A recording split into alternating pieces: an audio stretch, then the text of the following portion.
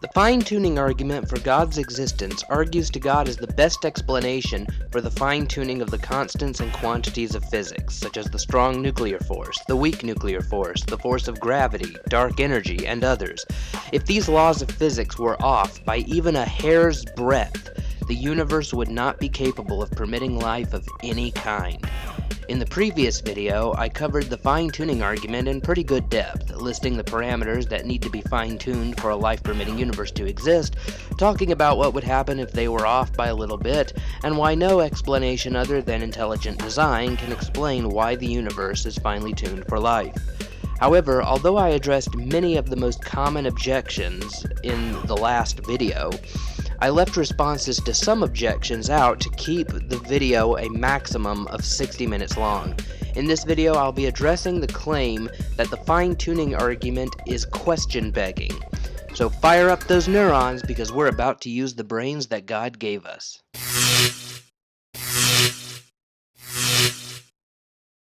The objection that I'm going to be talking about in this video is that the fine-tuning argument begs the question. And how does it beg the question? Well, the skeptic says that we're presupposing that life was the goal of the creator of the universe, when the data doesn't justify that conclusion. We say the universe is finely tuned for life, or the universe is finely tuned for intelligent life. But why couldn't we say, with just as much confidence, the universe is finely tuned for the existence of earthworms, or the universe is finely tuned for the existence of planets, or the universe is finely tuned for the existence of walruses? What exactly makes us think that human beings were the purpose for which the universe is finely tuned? Is the argument presumptuous? Is the fine-tuning argument question-begging? I don't think it is. For one thing, the fine-tuning argument does not presuppose that the universe was finely tuned for human life, or any other life, for that matter. Here's the syllogism I use when defending the fine-tuning argument. This syllogism was formulated by Dr. William Lane Craig of Reasonable Faith Ministries.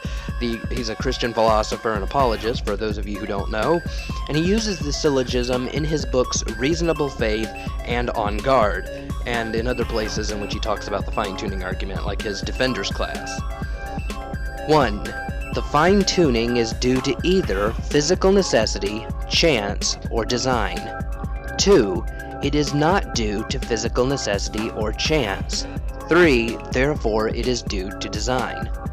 This is a logically valid syllogism. It takes the form disjunctive syllogism. Notice that there's nothing in either premise which states that the universe's fine-tuning is for the purpose of human beings. All the first premise does is state the possible explanations for why the universe's physical constants and quantities fall within the very narrow life-permitting range. Why do the physical constants and quantities fall into those ranges? Was it physically necessary that they fell into those ranges? Did they fall into those ranges by accident? Or did a supreme being purposefully create those constants and quantities with those ranges? The first premise lists those three as the possible explanations. The second premise rules out necessity and chance, which then leaves design as the only possible explanations left. Now, I defend the truth of those two premises in the previous video on the fine-tuning argument, and also in my writings, such as my book, The Case for the One True God, a scientific, philosophical, and historical case for the God of Christianity, and in several of my blog posts on cerebralfaith.net. Neither of the two premises nor its conclusions state that human beings were the purpose of the universe's being finely tuned the way that it is. All the conclusion states is that the best explanation for why the constants and quantities are the way they are is because an intelligent designer made them that way. You can conclude design without presupposing why it was designed. You don't have to know what something was made for in order to know that an intelligent being made it. I think that Stonehenge is a good example of this. Nobody on Earth knows why Stonehenge was built. We have no idea what purpose it served. People speculate whether it was made by ancient aliens, or whether or not it was built for religious rituals by ancient peoples, or we have no clue. We have no clue what Stonehenge was made for. The speculations are endless for why in the world ancient peoples, or aliens, made these things. Now, regardless of what you might think Stonehenge was made for, and whether or not you think aliens served any role in it, nobody thinks that Stonehenge was a chance rock formation. We know intelligent agents purposefully arranged those rocks the way that they did. We know this because it's not physically necessary that those rocks be arranged in just that way. We also know that it's too improbable for large stones to just so happen to conform in that specific pattern. So we conclude that it was intelligently designed.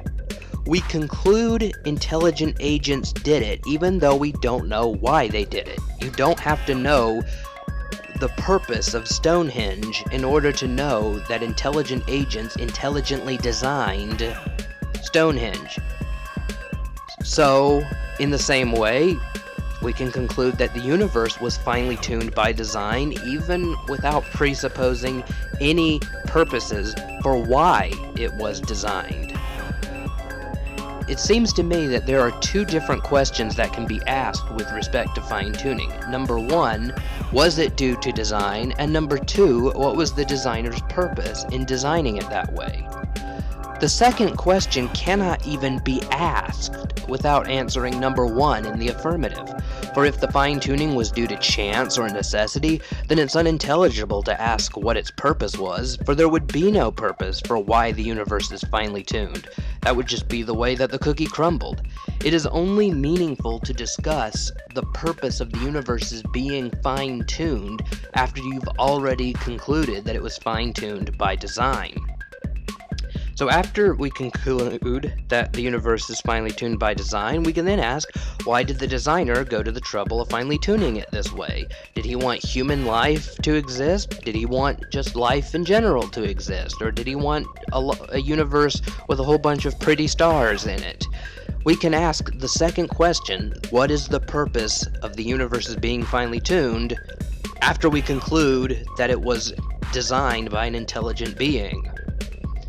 You cannot ask what the purpose was unless you already conclude that it was designed. Now, I do think that the purpose of the universe's being finely tuned is due to design, the designer wanting life to exist. Maybe not human life, but at least life in general. Why do I say that? Because I say that on the basis of what correlates with the constants and quantities being as they are. 99.9999999% of the values that these constants and quantities could have taken would have prevented life of any kind from evolving anywhere at any time in the universe.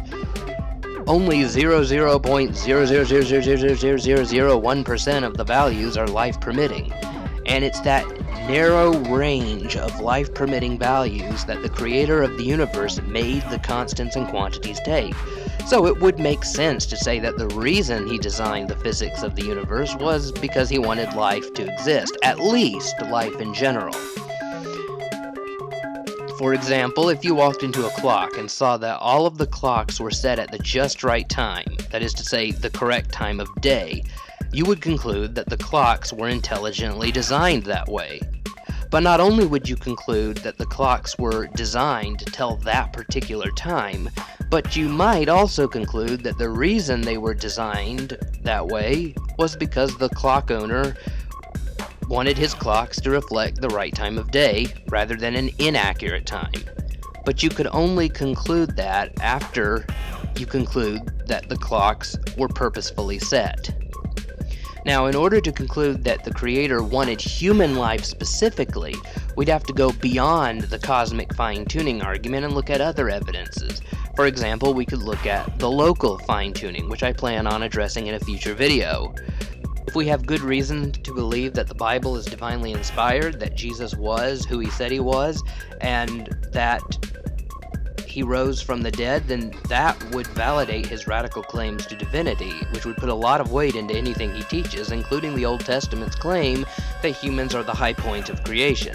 After all, if Jesus claimed to be God, and God the Father raised Jesus from the dead, then that would mean God put his stamp of approval on Jesus' divine claims. God would never raise a heretic and a blasphemer.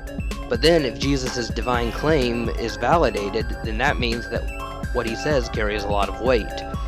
I will address the evidence for Jesus' divine self-understanding and the historical evidence for his death and resurrection in future videos. But just from the cosmic fine-tuning alone, we could never conclude that the Creator wanted human life to exist. We would need to dig deeper in order to conclude that.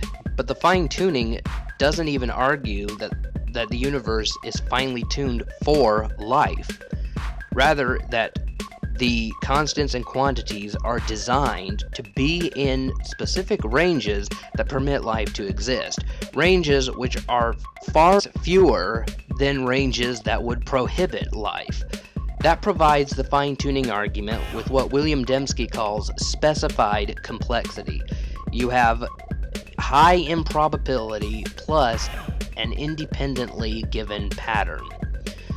We don't conclude that the universe is designed simply because it is extremely improbable that each of the constants would take the values that they do.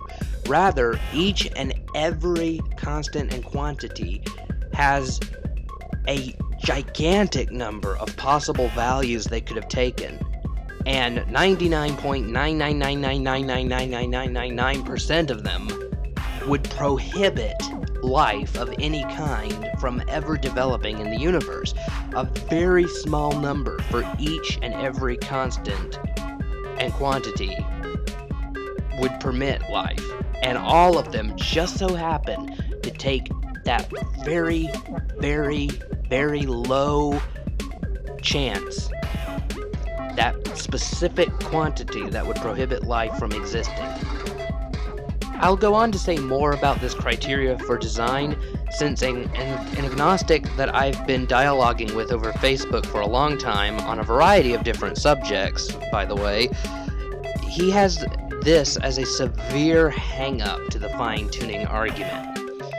He doesn't think that we can conclude that the universe is intelligently designed unless we know what the purpose of the universe is for.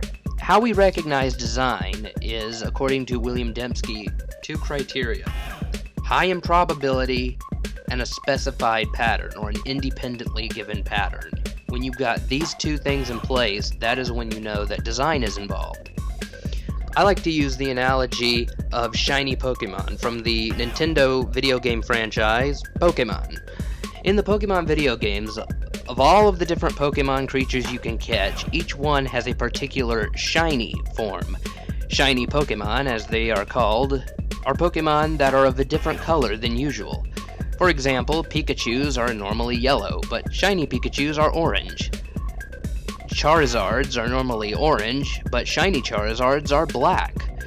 Greninjas are usually blue, but shiny Greninjas are black.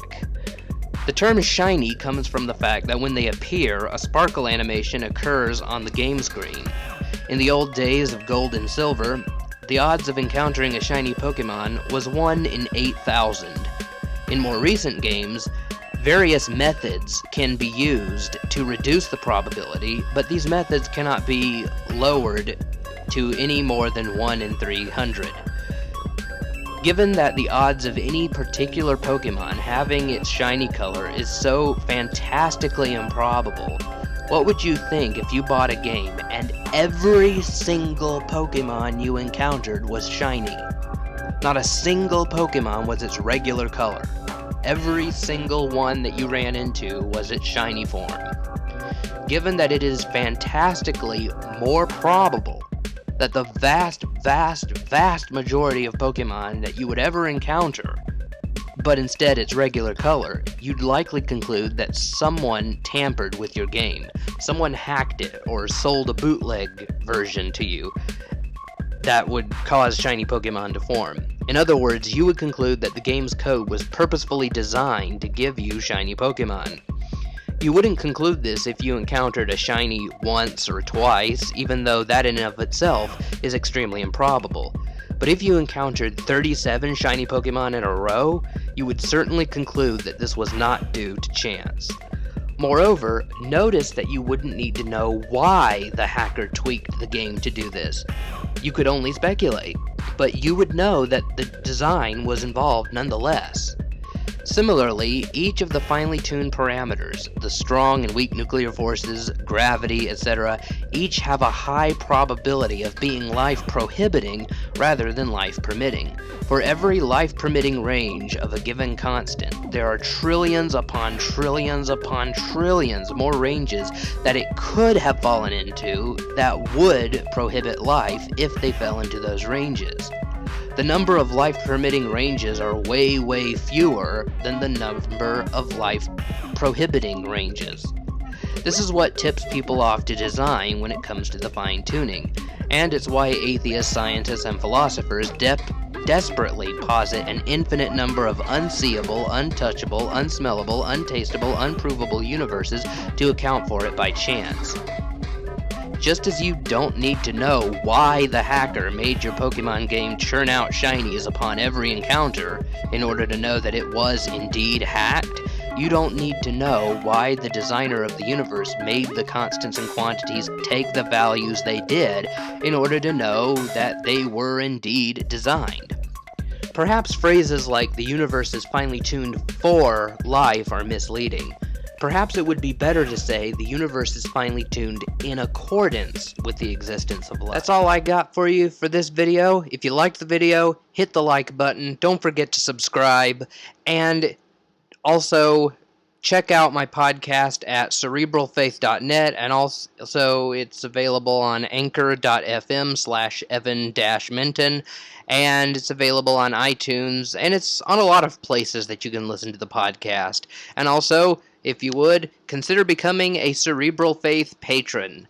Your donations really help the ministry go far, and you get a lot of goodies in return. And don't forget to check out cerebralfaith.net for more apologetics and theological material.